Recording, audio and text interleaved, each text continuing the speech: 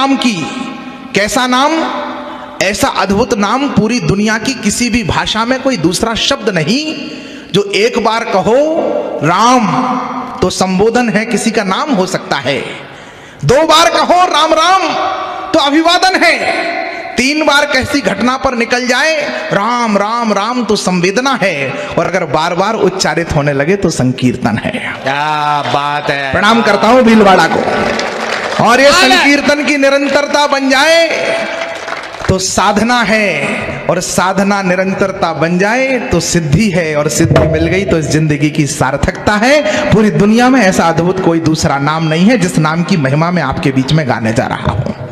हम सदियों से सुनते आए गाथा अनुपम धाम की, भव सागर की वैतरणी उस 2 अक्षर के नाम की। 4 वेद का सार वही है, वो जीवन रस गीता है। मन में लक्ष्य लिए लक्ष्मण है, भक्ति स्वरूपा सीता है। 3 लोक और 10 दिशाएं, महिमा सारे वर्णों में।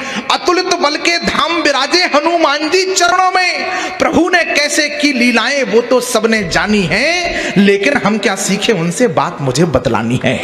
लेकिन हम क्या सीखे उनसे बात मुझे बतलानी है। प्रश्न खड़ा है दशरथ घर ही क्यों आए थे राम जी। प्रश्न खड़ा है दशरथ घर ही क्यों आए थे राम जी। मेरे प्रश्नों के साथ जुड़िएगा। प्रश्न खड़ा है दशरथ घर ही क्यों आए थे राम जी।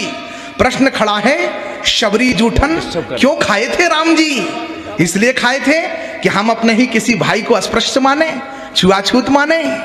मतलब माफ कीजिए हम साहब, हमने राम को अगर माना है तो हमें राम की भी माननी पड़ेगी, क्योंकि राम जी कहते हैं जाति भेदो न ग्राहो स्यानम नयम भिन्नता। मैं किसी भी प्रकार के जातिवाद को अस्वीकार करता हूं।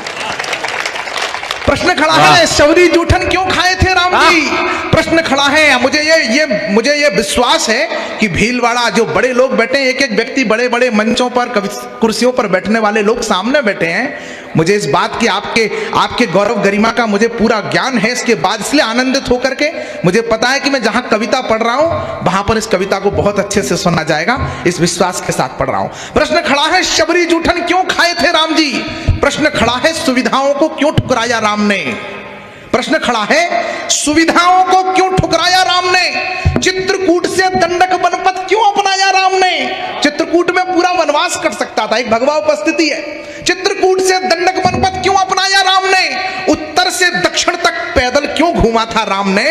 अवध की माटी को संग लेकर क्यों चूमा था राम ने। अवध की माटी को संग लेकर, इन प्रश्नों के उत्तर खोजेंगे तो राम जी समझ में आएंगे। अवध की माटी को संग लेकर क्यों चूमा था राम ने। प्रभु ने आकर संबंधों को एक नया अनुबंध दिया। प्रभु ने आकर, मातृशक्ति के चरणों में प्रणाम करते हुए कह रहा हूं, प्रभु ने आकर संबंधों को एक नया अनुबंध दिया। त्रेता में हुए राम जी। इसके बाद संसार के सारे रिश्ते जिस दर्पण में देखे गए उस दर्पण का नाम है राम। पुत्र कैसा, राम जैसा। मित्र कैसा, राम जैसा। सेवक कैसा, राम जैसा। स्वामी कैसा, राम जैसा। भक्त कैसा, राम जैसा। भगवान कैसा, राम जैसा। पिता कैसा, राम जैसा। पति कैसा, राम जैसा। और किसी ने रावण के कान में जाकर के पूछ लिया शत्रु कैसा। वाह वाह, प्रणाम करता हूं भीलवाड़ा को। प्रभु ने आकर संबंधों को एक नया अनुबंध दिया। जिस रिश्ते की जो मर्यादा उसको वही प्रबंध दिया। क्या इतना कि रावण को यमलोक उन्हें पहुंचाना था। राम जन्म के हेतु तक पहुंचने की कोशिश कर रहा हूं। बाबा तुलसी कहते हैं राम जन्म के हेतु अनेका परम विचित्र एक न एका। नाना भांति राम अवतारा, रामायण सतकोटि अपारा। हरि अवतार हेतु जे होई इदमत्थम कोई जान न सोई। हजारों रामायणें लिखी गई, हजारों कारण बताए गए। इस सुधीर श्रोताओं के मध्य एक कारण पर उंगली रख करके आपका आशीष पाना चाहता हूं। मैं निवेदन करता हूं कि प्रभु ने आकर संबंधों को एक नया अनुबंध दिया। जिस रिश्ते की जो मर्यादा उसको वही प्रबंध दिया। क्या इतना कि रावण को यमलोक उन्हें पहुंचाना था, या भक्तों को दिया हुआ कोई उनका वचन पुराना था।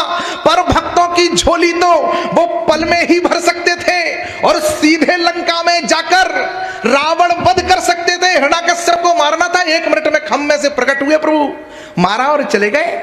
पर भक्तों की झोली तो वो पल में ही भर सकते थे और सीधे लंका में जाकर रावण वध कर सकते थे। पर भाता है प्रभु को जो वो करके हमें दिखाना था।